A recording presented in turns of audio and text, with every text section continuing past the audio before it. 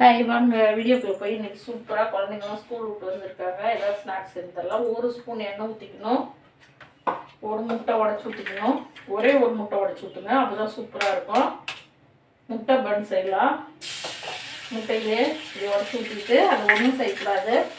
Pepper ஒரு சின்ன ஸ்பூனில் 1/4 ஸ்பூன் போட்டுக்கோங்க. மஞ்சள் தூள் கொஞ்சம் போட்டுக்கோங்க, ஒரு சின்ன ஸ்பூனில் 1/4 ஸ்பூனு. சால்ட்டு தேவைக்கேற்றது போட்டுக்கோங்க, ஒரே ஒரு சிட்டி சால்ட்டு போட்டு கொஞ்சம் லைட்டாக மேலே எண்ணெய் விட்டுக்கோங்க.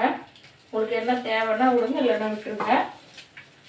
சேனல் பக்கம் லைக் பண்ணுங்கள், கமெண்ட் பண்ணுங்கள், ஷேர் பண்ணுங்கள், ஒரே ஒரு சப்ஸ்கிரைப் பண்ணி விடுங்க, ஒரு லைக் பண்ணி விடுங்க.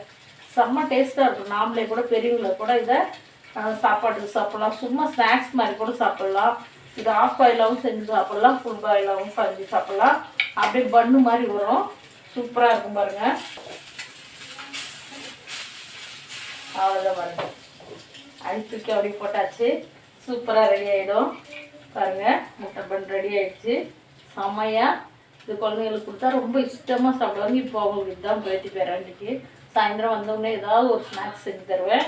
இன்றைக்கி முட்டை பன்னு செஞ்சு கொடுங்க, அப்போ தான் நாங்கள் இந்த மாதிரி செஞ்சு கொடுத்து நீங்கள் பெரியவங்க எல்லாருமே குழந்தைங்க எல்லாருமே சாப்பிட்லாம் வாங்க. சூப்பராக முட்டை பன்னு ரெடி ஆகிடுச்சு பாருங்க. பாருங்க சூப்பராக முட்டை பன் ரெடி, செம்ம சூப்பராக சாப்பிட்லாம் வாங்க.